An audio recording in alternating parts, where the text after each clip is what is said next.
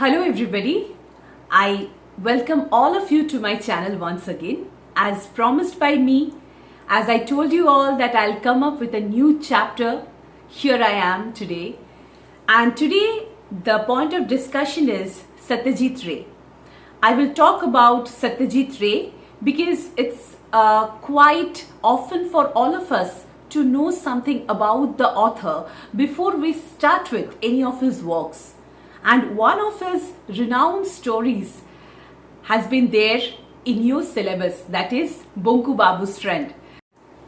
The story is undoubtedly full of enthusiasm and will leave us enthralled at the end of the day. Who was Satyajit Ray? I don't think I'll do justice by summing him up just within a few lines.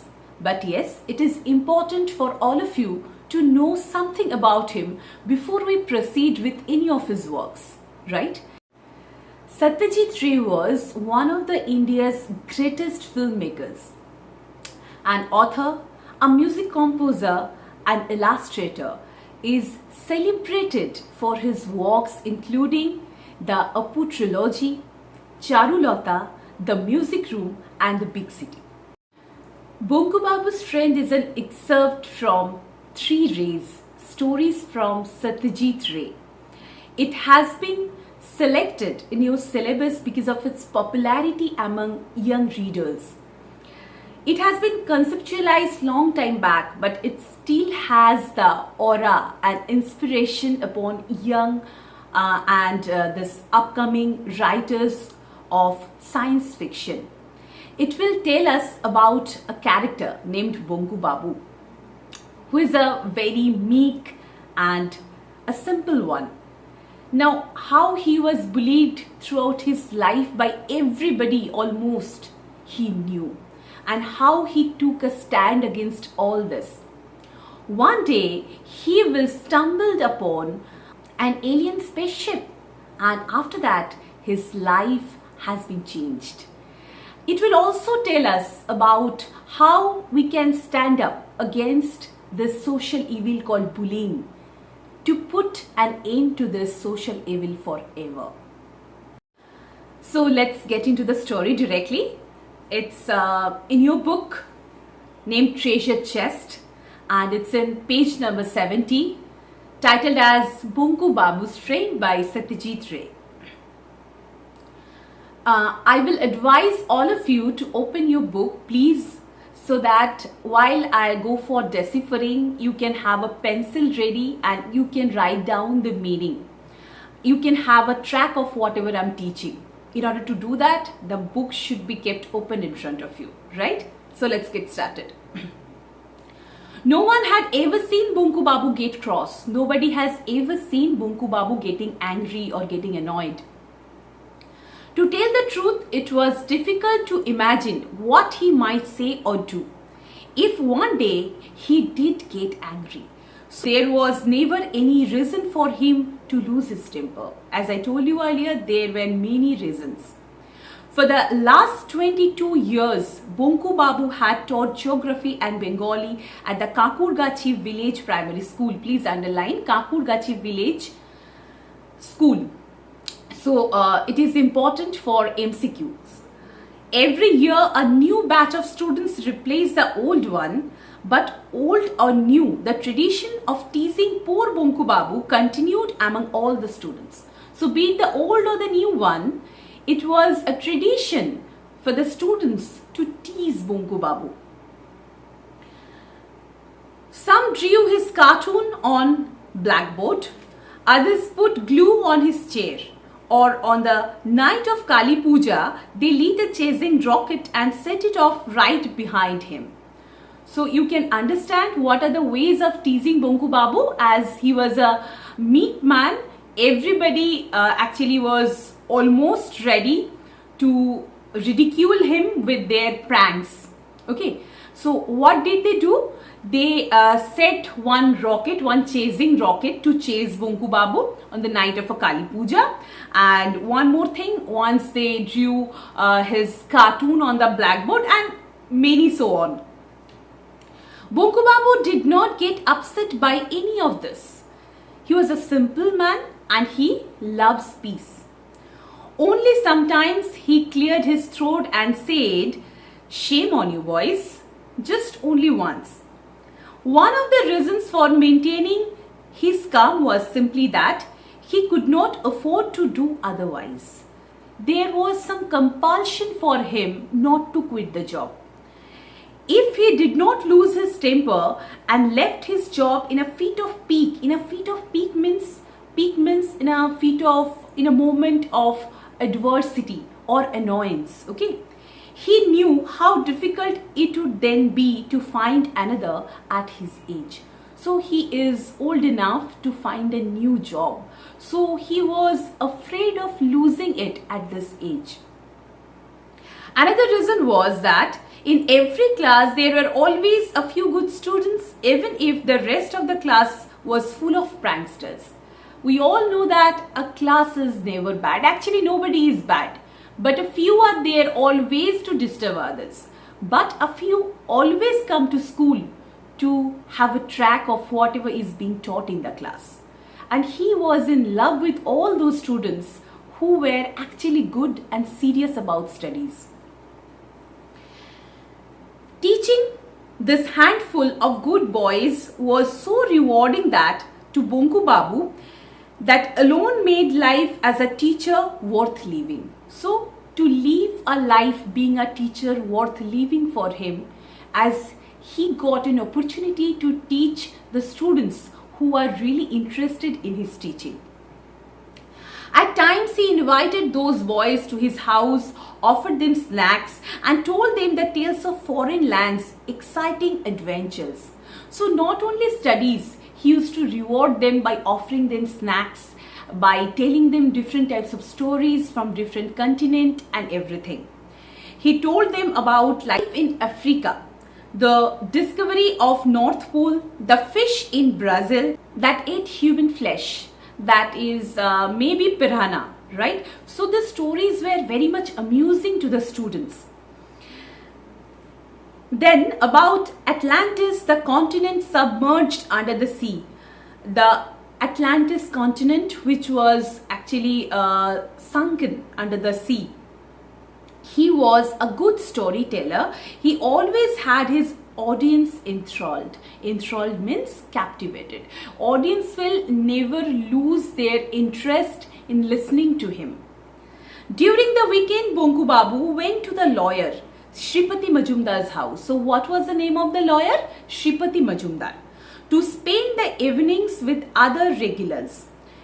On a number of occasions, he had come back thinking, enough, never again. Because there must be something happened in the gatherings which left him not interested to go over there anymore. So what is that? We will come to this.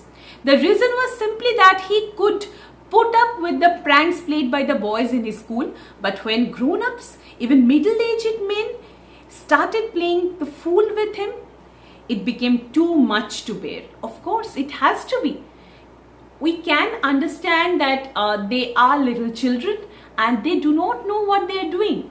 So they are playing pranks on Bonku Babu is to some extent can be accepted by Bonku Babu. But when the grown-ups play pranks on him, how would that be? You tell me.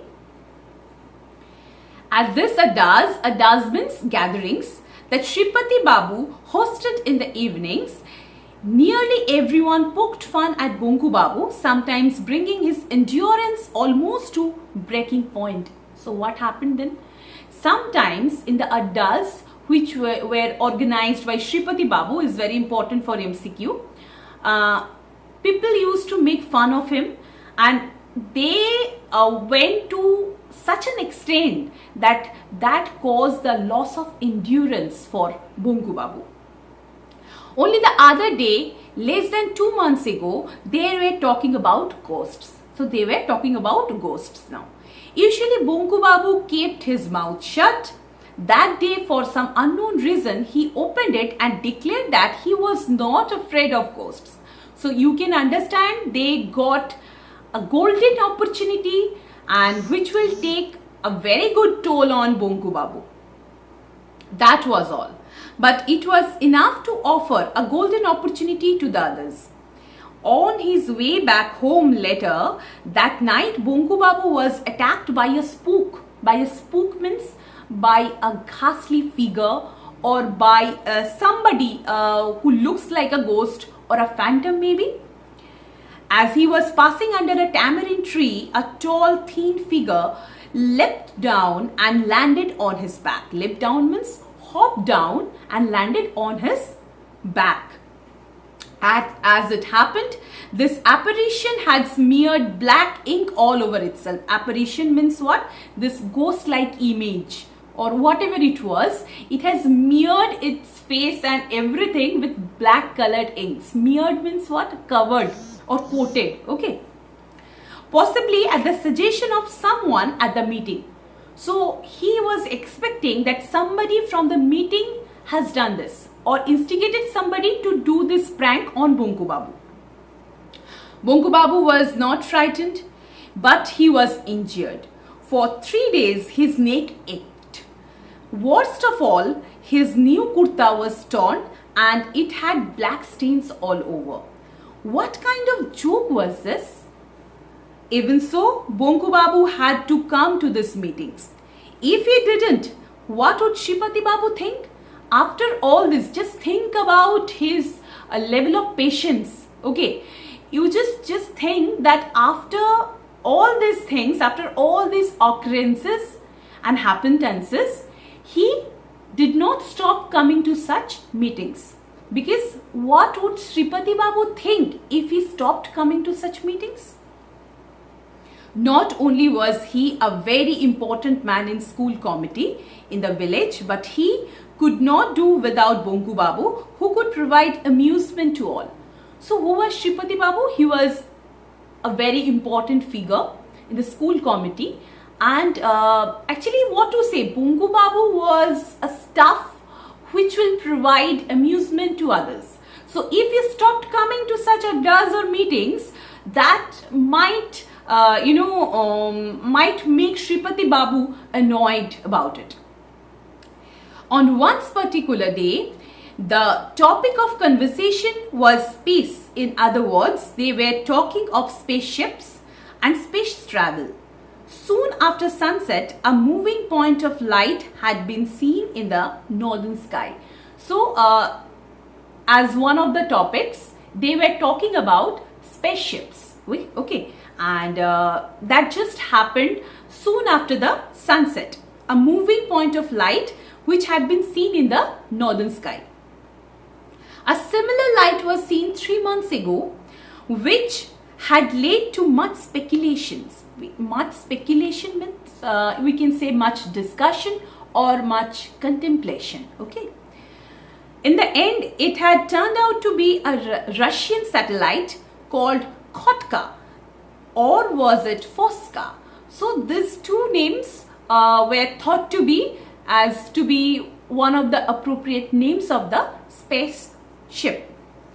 Anyway, this satellite was supposed to be going round the earth at a height of 400 miles. Again, underline 400 miles. And providing a lot of valuable information to the scientists.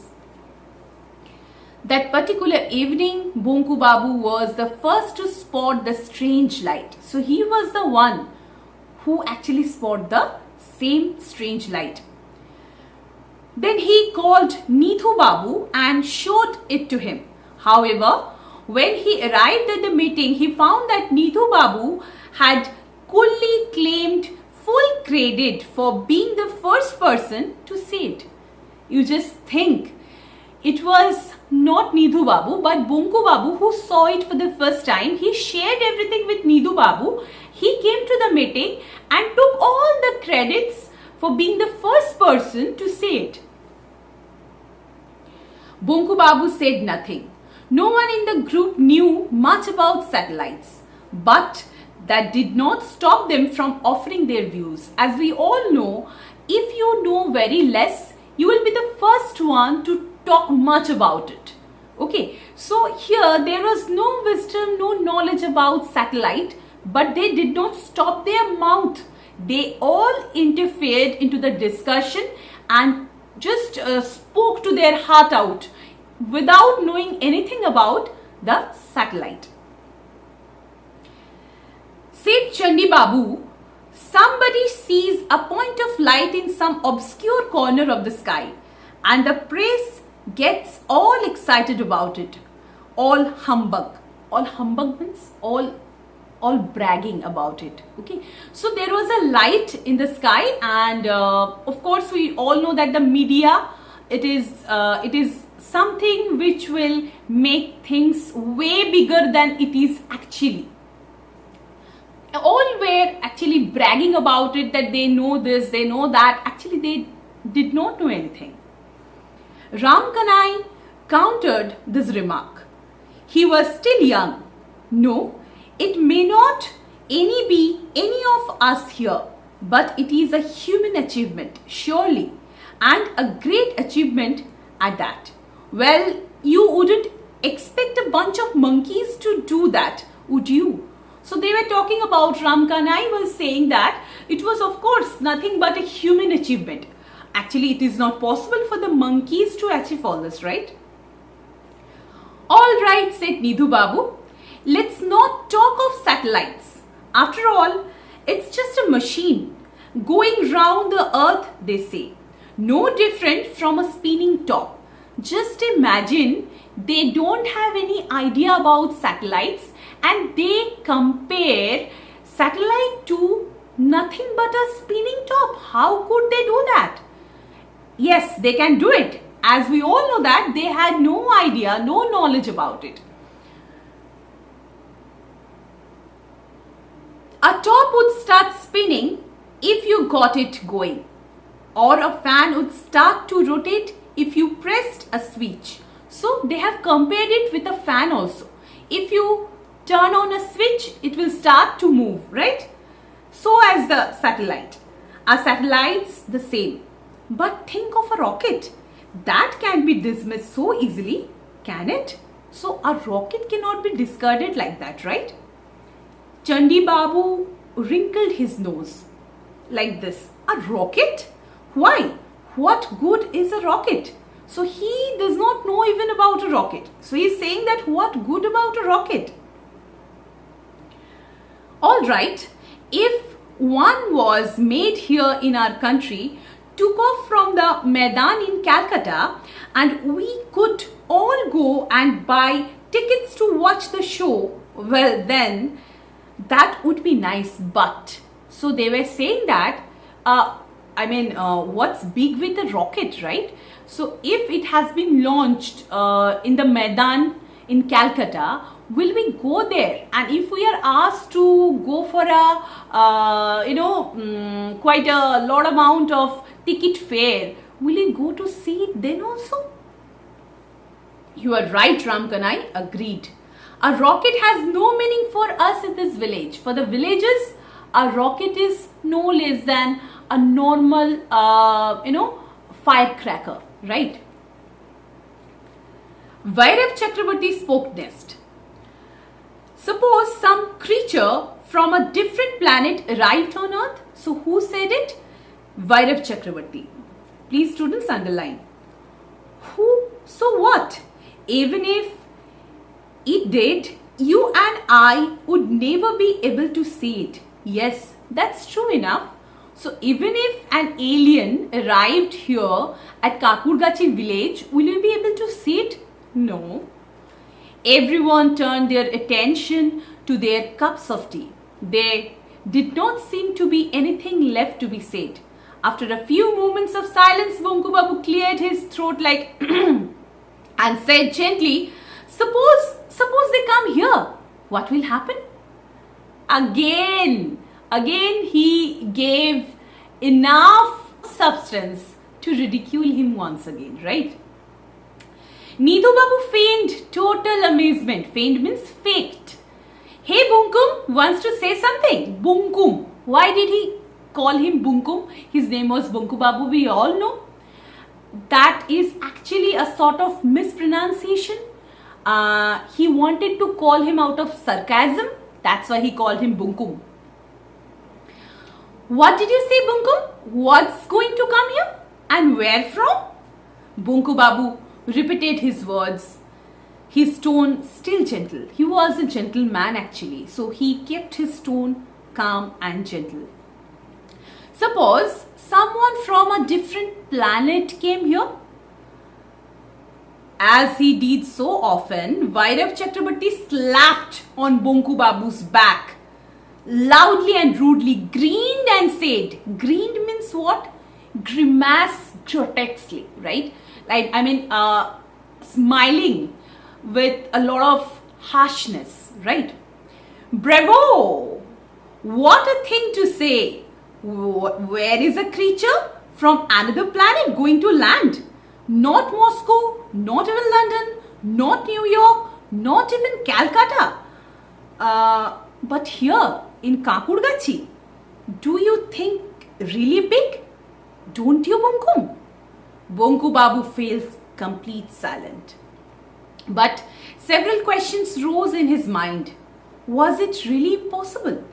If an alien had to visit the earth, would it really matter where it arrived first?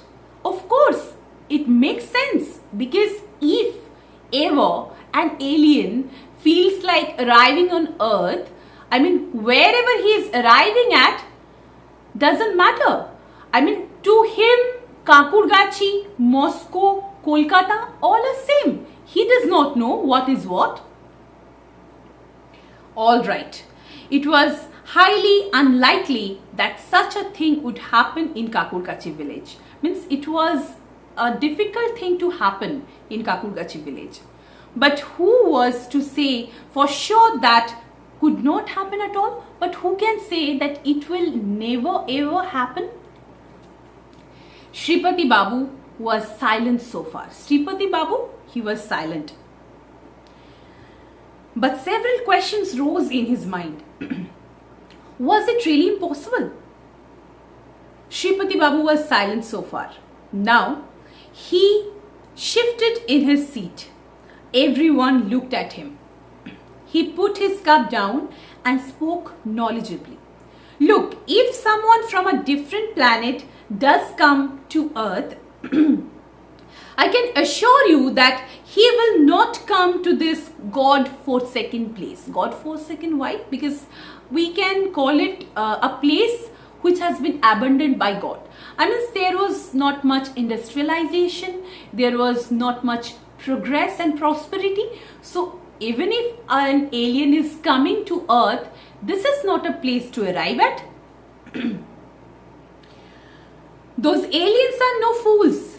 It is my belief that they are Shahibs, and they will land in some western country where all the Sahibs lived. Understand? Everyone agreed, with the sole exception of Bonku Babu.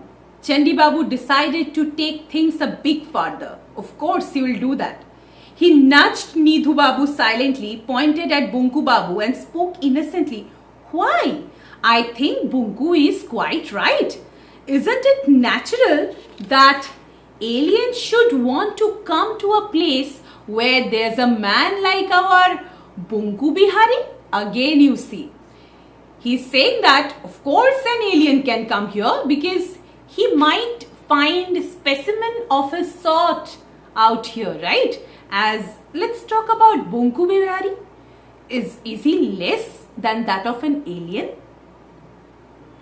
If they wanted to take away a human specimen, could they find anything better? I don't think so. No, I don't think so. Nidhu Babu joined in. Consider his looks, not to mention his brains. Yes, Bunkum would be the ideal specimen. Even if we go by his looks, he is no less than an alien and his brain is exceptional. Right. Suitable for keeping in a museum or a zoo. Ramkanai chipped in. Okay. Bonku Babu did not reply, but wondered silently. If anyone were to actually look for a specimen, weren't they others just as suitable? Look at Shripati Babu. His chin was so much like a camels. It means his chin is, sharp and pointed like a camel. And that Bhairav Chakrabarti, his eyes were like the eyes of a tortoise. Nidhu Babu looked like a rat, Ramkanai like a goat, and Chandi Babu like a flittermouse. Flittermouse is, an old English name for bats. If a zoo really had to be filled up. But Bonku Babu did not say it loudly. It was, if a zoo really had to be filled up. But Bonku Babu did not say it loudly. It was happening in his mind. He did not have the audacity to say it loudly on their face. Tears sprang to his eyes. His eyes got into tears. Bonku Babu had come to the meeting hoping for once to enjoy himself. That was clearly not to be. He could not stay here any longer. He got to his feet. He decided to walk away from there. Take care, Bonkuda, warned Ramkanai. It is a moonless night. Remember, and it's a Saturday. Very auspicious for ghosts and spooks. So we can understand how things are becoming for Bonku Babu to digest. He got to his feet. Everyone howled with delighted laughter. Means everyone broke into loud laughter.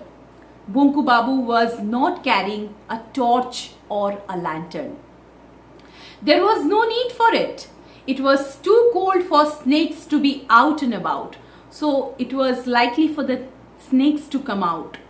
And he knew his way very well. Normally, not people took this route, but it meant a shortcut to him.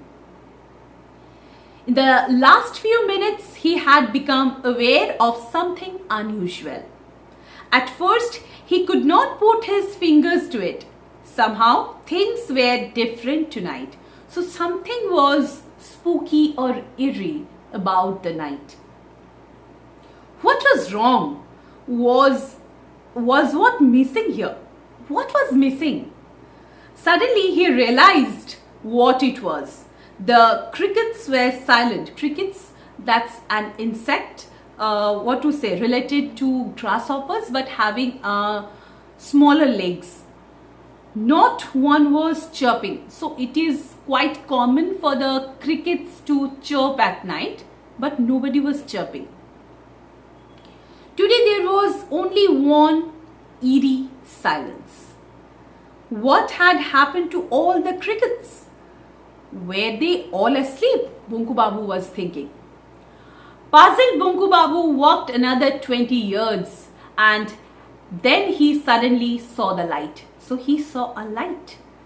At first he thought that a fire had broken out. Bang in the middle of Poncha Ghosh's bamboo grove. Again, boys and girls out there, please underline.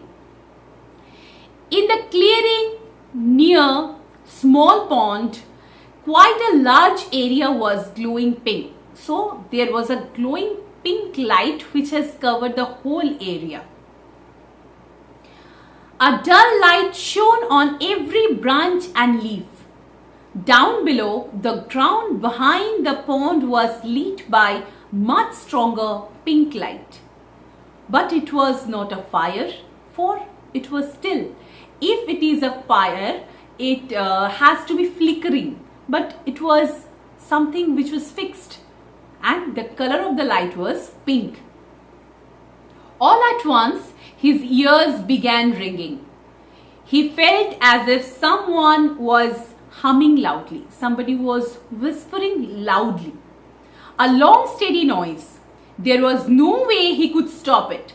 Bonku Babu broke into goose pimples.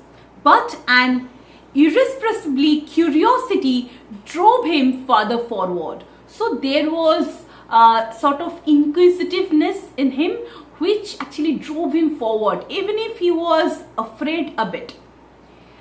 As he went past a cluster of bamboo stems, an object came into view.